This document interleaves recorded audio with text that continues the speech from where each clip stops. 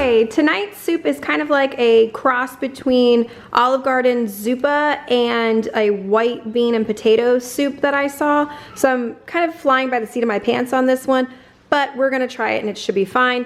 So we have some kale, chicken stock, I always use reduced sodium, can of cannilini beans, which are just white kidney beans, heavy cream, garlic, some potatoes, an onion, 3 carrots, 2 things of celery, and some Italian sausage. You can use mild, hot, sweet, your choice on that. But this should be everything we need minus some Parmesan cheese to go on the top at the end.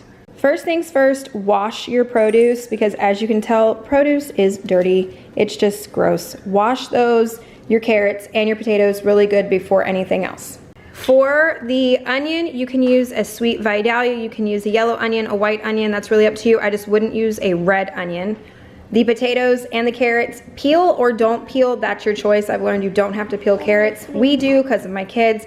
They won't eat the peel on this or that, so I'll be peeling both of those. And as far as the celery goes, you can even chop up and use that part. All these top little frilly ones, so you don't have to throw that away. While prepping my vegetables, I'm getting ready to dice all of these. I almost forgot to mention the garbage bowl. I learned this from Rachel Ray a long time ago. I've done it on my channel, but in case you haven't watched my channel other than this video yet, the garbage bowl. It is fantastic for when you're doing any kind of meal prep because you just have one spot for all of your garbage instead of a big mess on your counter or running back and forth to the trash can. You just have one spot for all of it and then you worry about this when everything's done and clean up. Also, since I'm the lady that likes to tell you guys how to save time, everything will be cut to the same exact size if you use a chopper. It makes my life so much easier. This is just the Vidalia Chop Wizard. My mom gave it to me a couple years ago as a Christmas present, but makes life so much easier when you have to prep a lot of vegetables at one time.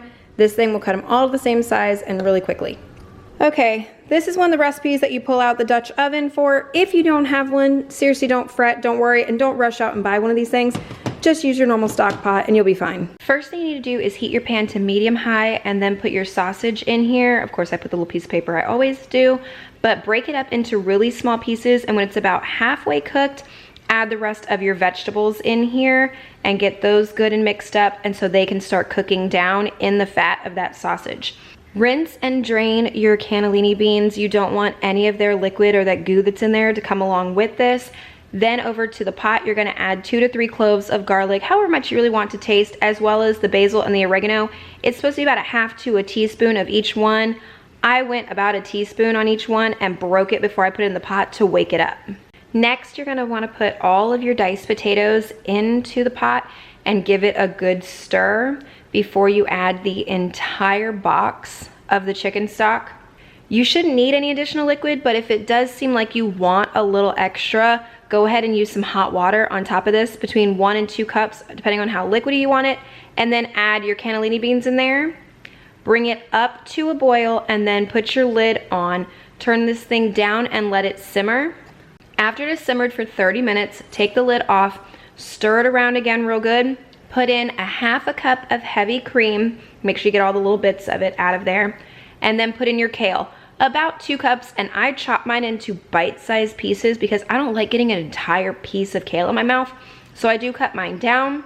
And after those 10 minutes, just put salt and pepper to taste, again, however much you want. Mix it around one more good time, and then this pot is completely done, ready to eat. Here is what it looks like in the pot. It is a good mix of the Zuppa and like a white bean soup. I will say I would cut the celery a lot smaller next time, but sprinkle it with some Parmesan cheese, serve it with some crusty bread. This soup was amazing, and I no longer want normal Zuppa. I only want it this way from now on. It was so good.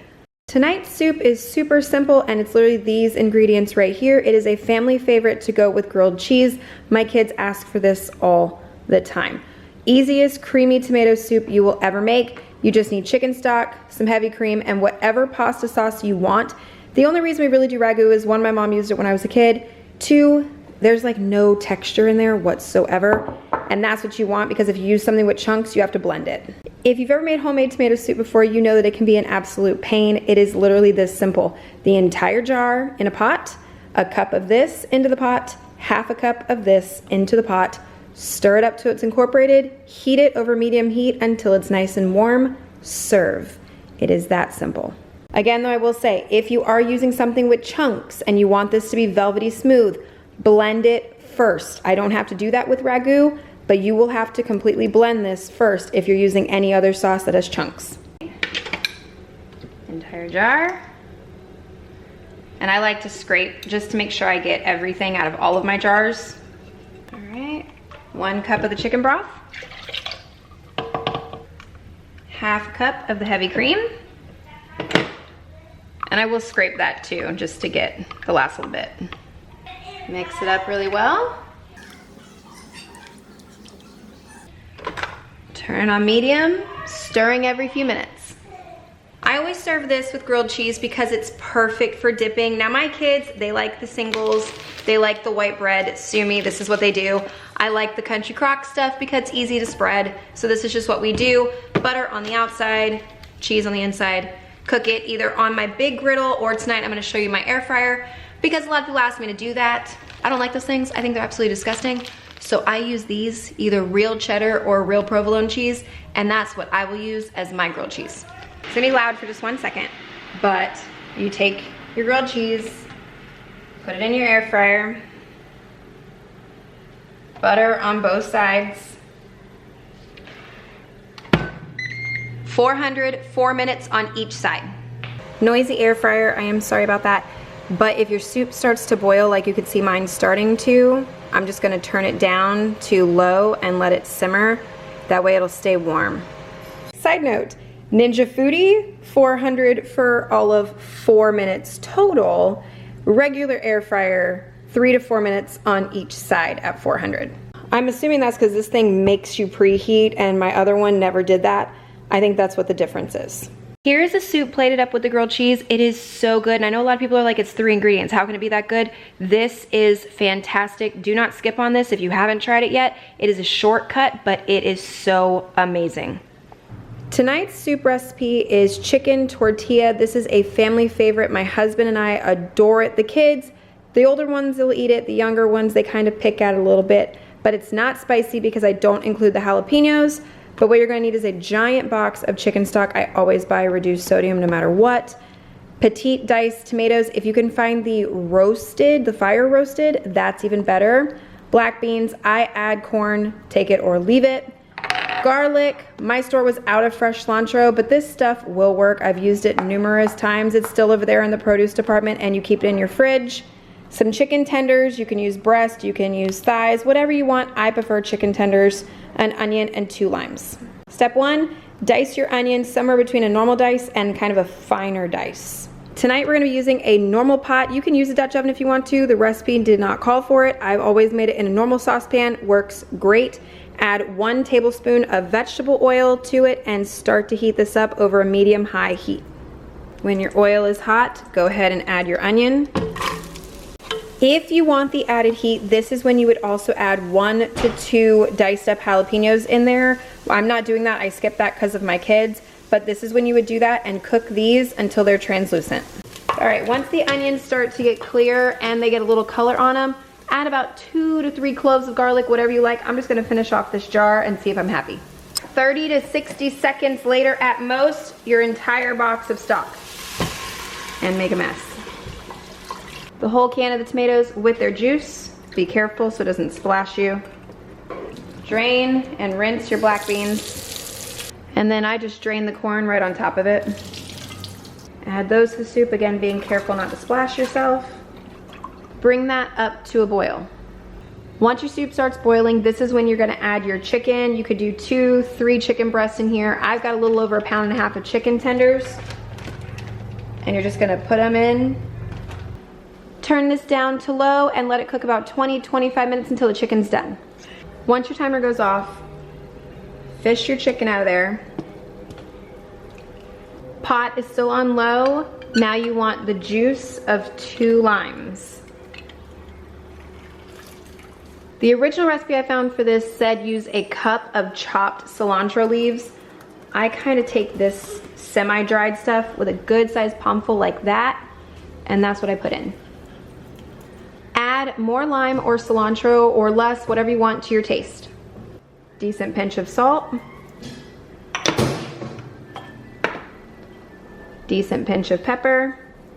Over to the chicken, you can shred this if you like, and that is traditional. I do not like shredded chicken, so I actually dice ours.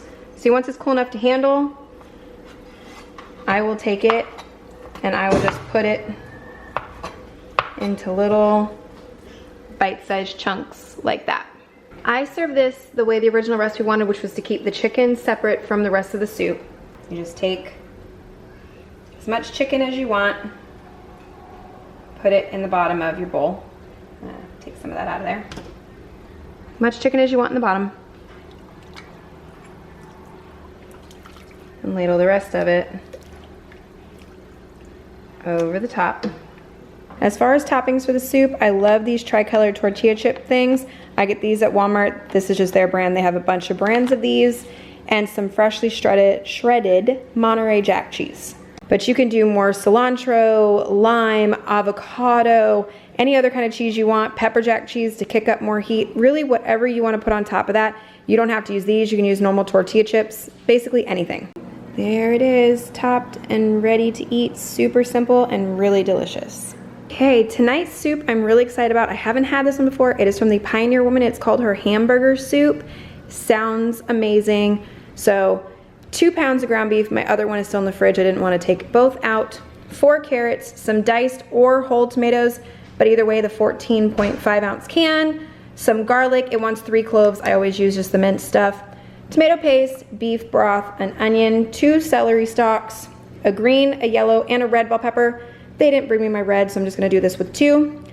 5 red potatoes, but mine look really sad, so I've got 6 because I'm gonna make the best out of it. Oregano and parsley. First things first, wash all of your produce, and then you're going to dice this, dice, dice. This gets a dice. That, it says slice diagonal into like little, almost diagonal circles. I'm probably just gonna do normal circles or even dice this too, but that's on you. But just get all of your produce ready. Start with a large pot and get it heated up to about medium-high heat.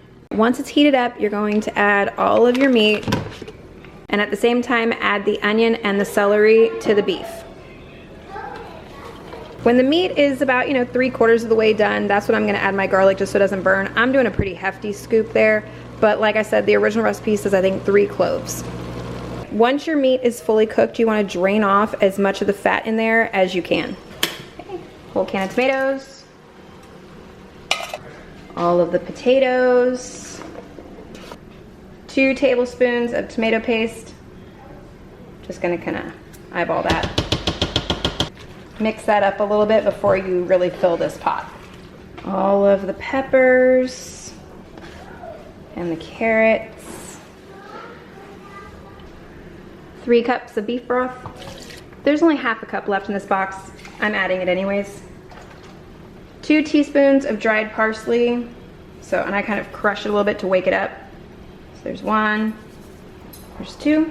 Half a teaspoon of oregano. I'm gonna go actually like a full teaspoon on that just because we like oregano. Can't forget salt and pepper. About a half a teaspoon or to taste. All right, mix it up. Bring this to a boil. The kids and I do not like heat, so I will not be adding this, but the original recipe says a 1/4 teaspoon of this as well, but it's not going in mine. Once it comes up to a boil, go ahead and stick your lid on. Turn it down to low and let it simmer for about 20 minutes until the potatoes are tender but not like overly mushy. Let's take a look. I know you can't see that, it's trying to focus on the pot, but potatoes are cooked all the way through, which means this is done and ready to eat. Okay, there it is, all bowled up. Looks really good. It's meant to be a thicker soup, not a whole lot of liquid, but if you want more, just add more. Add more salt, whatever you want. Serve with some bread. It's good to go. Tonight's soup is a potato ham soup. This is a recipe I haven't made before either, and I'm just gonna try and wing it as best as I can. It wants a half a cup of celery and half a cup of onion, so I just put 2 out here and I'm going to measure them and follow as best as I can, but it wants it small diced. A cup and a half of ham that's diced up, and then 2 cups of potato that's diced up, which says around 2 large russets. I have like medium to smaller ones, so I'm gonna go with 5 and see where I go. 3 cups of chicken broth. I'm gonna hang on to this and do 4 just to be safe and then add if I need to. I'm adding this, it's not in the recipe, but I've done ranch in my potato soup, so good. So I'm adding that. And then to thicken it up along the way, there's 2 cups of milk, a 1/4 cup, and a tablespoon of flour, and 5 tablespoons of butter. And of course, first step, dice small, wash and dice small, peel, well, wash, peel, and then dice small as well. And I misspoke, 3½ cups of this once it's cubed, 2 large russets, 3½ cups of the diced.